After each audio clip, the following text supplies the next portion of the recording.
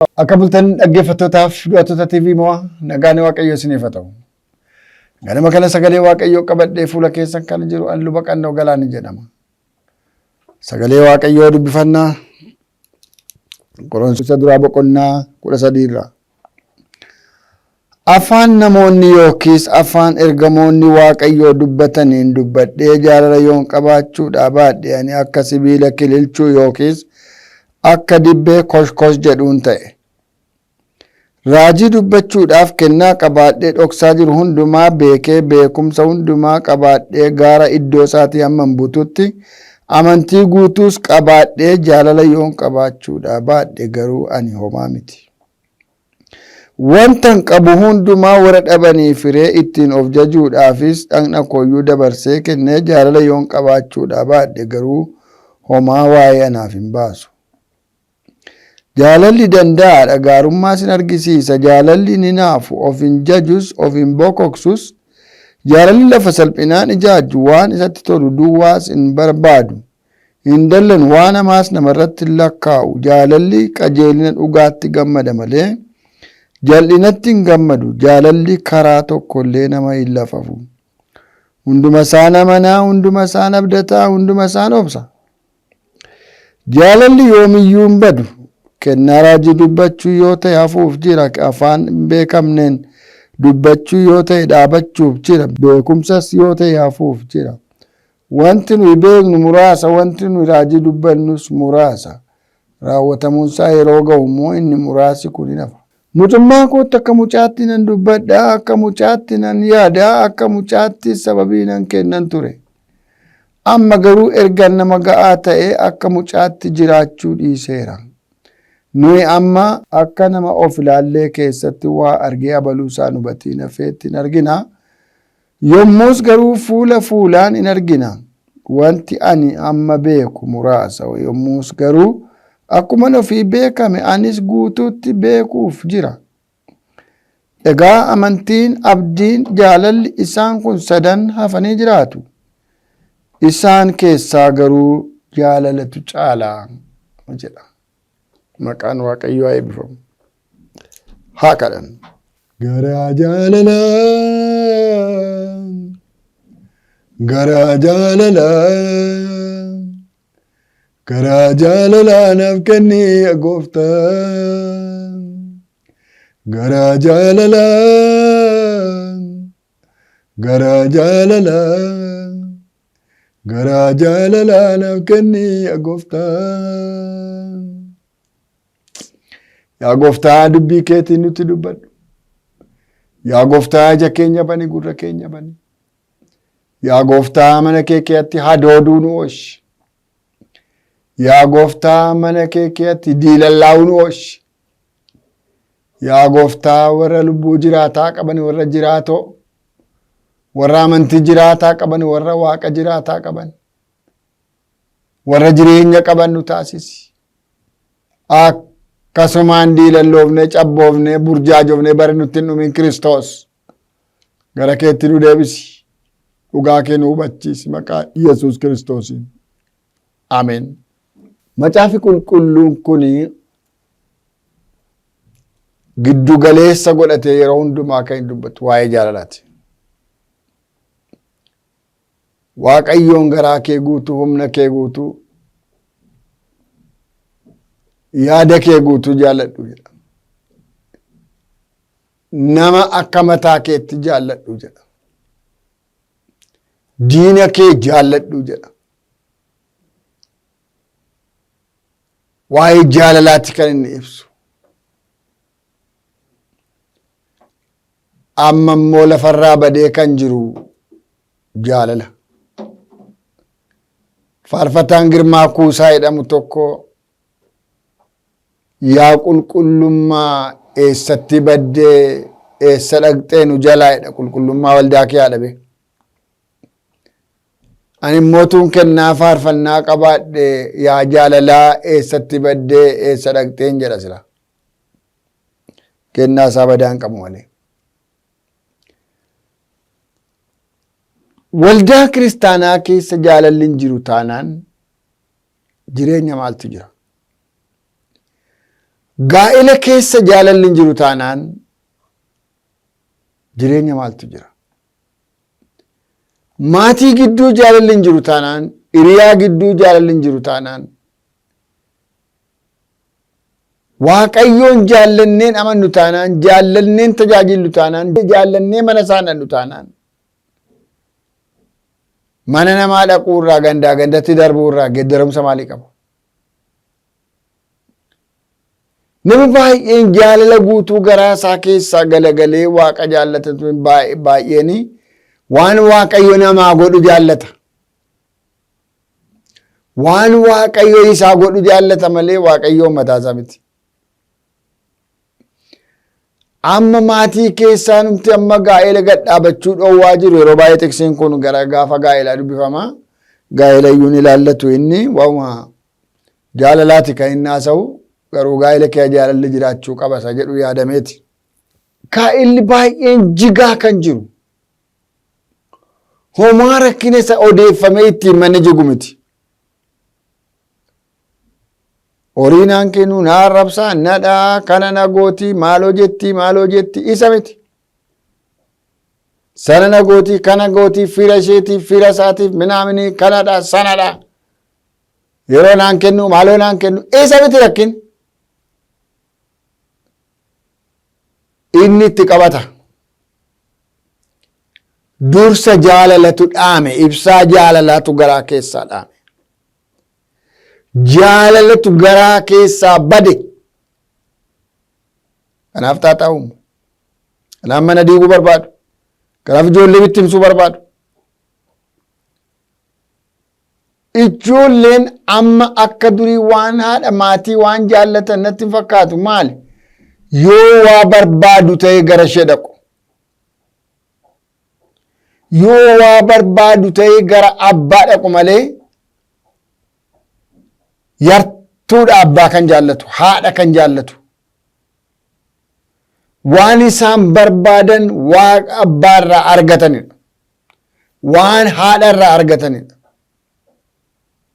Waan namoonni baay'ee mana Waaqayyoo dhaqaniif waan Waaqa irraa argamu barbaacha malee Waaqa jaallatanii Waaqa barbaadanii miti. Kun immoo kufaatiidha. Ijoosa ta'e ijoo dubbii irraa kaachuudha. Burqaa dhugaasa ta'e irraa kaachuudha. Maatiin dhugumaan wal jaallattaan waa walii gochuun homaayyuu badaa ulfaataa miti. Waan barbaachisaa walii gochuun ulfaataa miti jaalalatu keessaa dhaame malee. Ijoollee ofiif waan barbaachisu gochuun hamma humna ofii danda'etti namni of qusatu hin jiru. Humna ta'aa jira amma humnaan deemamaa jira. Humnaa ol deemamaa jira. Kanaaf jaalalli qabbanaa'ee waldaa keessaa yeroo baay'ee raajonni waliin jaallattu, faarfattoonni waliin jaallattu, qeesonni waliin jaallattu, jaarsolii waldaa waliin jaallattu, gaafa qeesii irratti murteessitu malee waliin jaallattu. Waliin jaallattu. Jaalalatu bade. Jaalalli yoo jiraate hojiin namaa qajeela. Jaalalli yoo jiraate namni fayyaa qabaata. Jaalalli yoo jiraate namni nagaa qabaata. Zirziidhaan lafa kaa'a Phaawulos.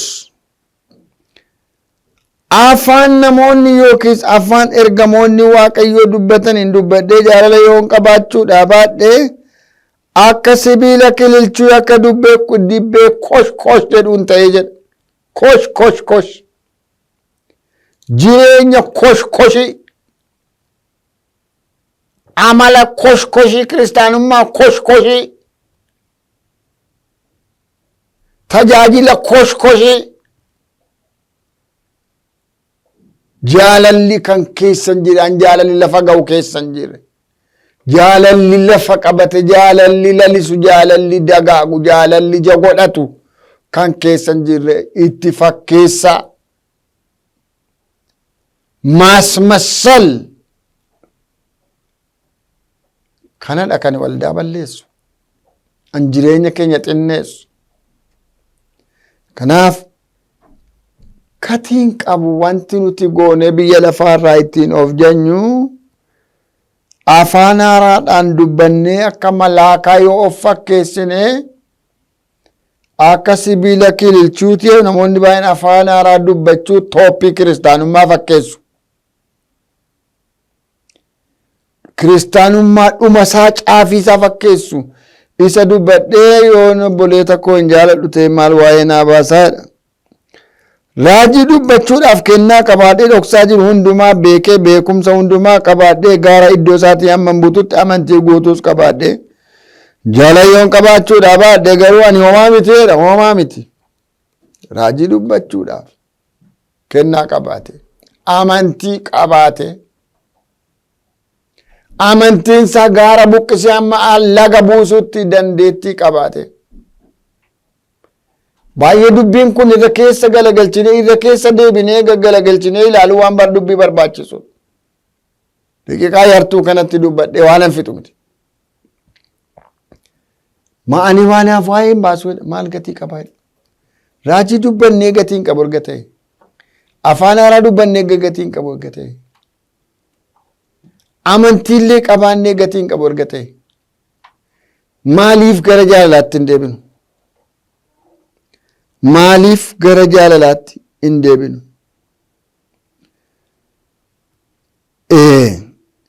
Egaa jaalala bira ga'uudhaaf dhimma kennaa garaa garaa hafuura qulqulluun kennu akka argattaniif caalaatti immoo waan Waaqayyo isinitti mul'isu akka himtaniif dhamaa jedha. 14 kaaftan immoo dubbistan. Inni caalu jaalala. Inni caalu raajii dubbachuu miti. Inni caalu afaan haaraa dubbachuu miti. Inni caalu kennaa garaa garaa dinqii garaa garaa gochuu miti. Inni caalu amantii illee miti. Inni caalu jaalala. Namni mana keessa jaalala hin qabu taanaan faarfattooti wajjin faarfatan jaalala hin qaban taanaan raajonni walii wajjin raajan jaalala hin qabaatan taanaan luboonni mana qulqullummaa keessa wayyaa bifa tokko miidhagaa uffatanii dhaabatan jaalala hin qaban taanaan faarfattooti wayyaa bifa tokko uffatanii dhaabatan waliin jaallatan taanaan koreewwan wal duukaa hojii hojjetan garaaf dugda walitti galagalchanii dhaabatu taanaan maal waa'ee baasa. Namooti baay'een isa tokko ajjeesanii kadhatu isa tokkoof immoo 100 yoo kennan maal waa'ee baasa. Maal waa'ee baasa. Kanaaf firoottanii har'a waa'ee jaalalaa akka ilaallu keessa deebine hin barbaachisa. Gooftaan keenya Yesuus Kiristoos gara biyya lafaa kanan dhufee jaalalaaf. Jaalalaaf waa biraa miti. Jaalalaaf dhufe. Isa duwwaa miti. Lubbuu isaa dabarsee fannoo irratti kan kenne amma kana booddee ji'a yartuu booda waa'ee nuuf du'uu isaa kabajachuutti adeemaa jirra sababii ta'eef yeroo isaa kana waa'ee isaa yaaduun baay'ee barbaachisaadha. Akka biyyaatti soomaaf sagadaanu yeroo itti kadhatamudha. Ani inni of kenneef namni ilmi namaa lubbuu isaa dabarsee firoota isaaf kennuudha kan caale jaalalleessa jira jedha. Yesuus jaalala. Firoota koo jaalalli danda'aadha. Jaalalli obsaadha. Jaalalli of hin tuulu. Jaalalli of hin bokoksuudha. Namooti baay'een biiroo tokko keessa oolu malee waliin jaallatani. Namooti baay'een kwaayirii tokko keessa dhaabatu malee waliin jaallatani. Namooti baay'een istaafii tokko keessa dhaabatu malee waliin jaallatani. Namooti baay'een mana tokko keessa bulu malee waliin jaallatani. Jaalalatu garaa namaa keessaa bade. Gara jabinatu, jibbatu, hadhaasuun dhiibofaatu nama keessatti faca'aa jira. Gara Waaqayyootti adeemnu. Gara Waaqayyootti adeemnu. Of jajuudhaaf ittiin of agarsiisuuf jedhee dhaqna koyyuu dabarsee yoon namaa kenne maal waa'ee baasaa? Of himuudhaaf jedhee waan an barbaade yoon godhe maal waa'ee baasaa? Jaalala yoon hin qabaadhu ta'ee jira. firoota koo akkuma mana naa kennii makiinaa naa kennii jennee kadhannu akkuma haadha manaa naa kennii abbaa manaa naa kennii jennee kadhannu yookiin immoo mucaa naa kennii jennee kadhannu amma mata duree kadhannaa ta'uu kan qabu yaa Waaqayyo jaalala naa kenni. Ollaa koo akkan jaalladhu, istaafii koo akkan jaalladhu, firoota koo akkan jaalladhu, hiriyaa koo akkan jaalladhu, jaalala dhugaa akkan qabaadhu yaa Waaqayyo na gargaari jechuun baay'ee gaariidha. Jaalalli amma si'ana jiru jaalala ofittummaa irratti hundaa'edha. Jaalala selfish isa ta'edha. Maayinni waan namarraa argataniif nama jaallachuunii fi nama jaallachuun gargari. Wanti gaa'illi itti diigame biyya kana raasaa jiru inni guddaan maayin selfishidha. Selfish. Ani akkan barbaadeen ta'a, akkan barbaadeen firiin xiixaa, akkan barbaadeen burraaqa, karaan barbaadeen dambaa. Maaltu na to'ataa, maaltu na qabaa, maaltu na hidhaa, akkan barbaadeen deemaani. Karaan barbaadeen baa, karaan barbaadeen godha. Maali? Maali kuni? Yesuus. Akkas ta'uudha kan mana diigu. Gadi cabee ijoolleen guddisu. Gadi cabee dubartii wajjin hin jiraadhu. Gadi cabee dhiiraa wajjin hin jiraadhu. Gadi cabee Waaqayyo wajjin hin jiraadhu. Nan firiin xiixaa. Booda immoo koshoom walitti hidhanii aadaa dhufu jira. Firiin xiixuun kun fagoodhaan namaan waan baay'ee argineera. Waan baay'ee ilaalleera. Kanaaf sin jaalladhaa jettee dargaggeessi mucaa durbaa rakkistu waan ishee irraa barbaaddu sana jaallatta moo dhuguma ishee jaallatta? Adda baasi. Ijoolleen durbaa tokko tokko faaktii isaa dubbatu. Makiinaa qabaayii, mana qabaayii, birrii qabaayii, baqqaa isa jaallatu jechaadha namicha miti. Namicha miti birrii barbaadu jechaadha, mana barbaadu jechaadha, makiinaa barbaadu jechaadha. Salfishiidha kun ofittummaadha. Dura namicha wajjin wal jaallannaan makiinaan isa booda dhufa, manni isa booda dhufa, horiin isa booda dhufa. Wajjin hojjetanii fidu. Jaalalli hin jiru taanaan maal waa'ee baasa, waa'ee hin baasu. Kanaaf waa'ee jaalalaa akka hubannu amantii abdii jaalala jedhee dhumasaa jaalalatu caala kana hundumaa keessaa jedha sababii ta'eef. Meeqa nama kana jaalala jiraa mana kana jiraa mana keessa ka'aa barbaadaamee ol darbaati.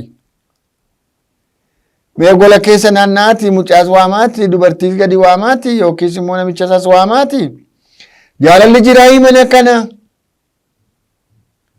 Moo mana kana keessaa karaa maskooti cabsanii baqatanii dhala manichi laata. Gara Waaqayyootti haa deebinu. Waaqayyo jaalala. Namni obboleessa isaan jaallannee hiriyaa isaan jaallannee lubbuu ajjeesaadha jedha. Waaqayyo nu haa baraaru. Haa kadhannu. Gooftaa koo jaalalli jiraannaan nagaan jira. Jaalalli jiraannaan fayyaan jira. Jaalalli jiraannaan horiin jira. Jaalalli jiraannaan hafuuri qulqulluun jira. Jaalalli jiraannaan madaan fayyuun jira. Qophoon qajeeluun jira. Harki kee harki waaqaa diriirfatee hojjechuudhaaf gammachuu qaba. Maaloo yaa Waaqayyo ijoolleenoo dargaggoonoo gooftaa macaa tiiktookiitti galtee gaa Waaqayyo hundumtuu miidiyaatti galee namni wal bira taa'ee waliin dhaga'u mana tokko keessa taa'ee waliin beeku maaddii tokkorra taa'ee waliin beeku hundumtuu miidiyaa keessa taa'ee haasaa achi bakkeetti alatti gadaasaa. Mana keessa walii wajjin taa'anii haasa'uunoo afaa jira yaa Waaqayyo nuu dhiisi. Nutti araarami gara keetti deebi'uu nuu kenni. Ijoolleen moobaayilii qoroqorti dubartiin moobaayilii qoroqorti waxiin achi gubatee gooftaa koo. Buddeen eelerraa cinca'ee isheen moobaayilii qoroqorti yaa Waaqayyo gooftaa macaa. Waxinoo qabbanaa'ee buddeenoo maaddinoo qabbanaa'ee innoo namichoo taa'ee moobaayilii qoroqoraa yoom nyaatu yaa Waaqayyo. Maqaa gooftaa Yesus Kiristoosiin hafuura qoroqortuu kana nurraa ifadhu. Hafuura jaalalaa nurratti dhangalaasi. Hafuura maatii jaallatu. Hafuura hiriyaa jaallatu. Hafuura waldaa jaallatu. Hafuura waaqa jaallatu. Hafuura ofillee jaallatu. Hafuura nagaa nuuf kenni. Hafuura dhugaa nuuf kenni. Hafuura hamaa yeroo hundumaa jibbaan nama guute ajjeesuu laata, dhawuu laata, lafa buusuu laata, boolla qotee kee darbadhuu laata, namatti kennuu laata. Hafuurri namaa akkasitti nama gojoma'u kun maqaa gooftaa Yesus Kiristoosiin ganama kana kan rukutame haa ta'u. Hafuura jaalalaa, hafuura nagaa, hafuura qajeelaa nu keessa kaa'i. Isaan malee fayyinni hin jiru. Isaan malee jireenyi hin jiru. Hafuura jaalalaa nuu kenni. Maqaa Yesus Kiristoos fayyisaa keenyaan. Ameen. Garaa keessan gara Waaqayyootti ol fudhaa, eebba Waaqayyoo fudhadhaa. Waaqayyo sinaa eebbisu, sinaa eegu. Waaqayyo fuula isaa isiniif haa ibsu, isinitti haa araaramu. Waaqayyo fuula isaa gara keessa itti haa deebisu, nagaa isaas guutummaatti isiniif haa kennu. Maqaa Waaqayyo Abbaatti, kan Ilmaatti, kan Hafuura Qulqulluutti Waaqayyoon keenya tokko. As istuudiyoo kana keessa na waliin kan jiru ogeessa kaameraa Natnaa'el Bonjaa, Waaqayyo isaa eebbisu jechaa yommuun xumuru. Waaqayyo jaalala. Mee amma jilbeenfadhu waa'ee jaalalaa kadhadhu. Dinqii Waaqayyo agarta. Guyyaa gaarii.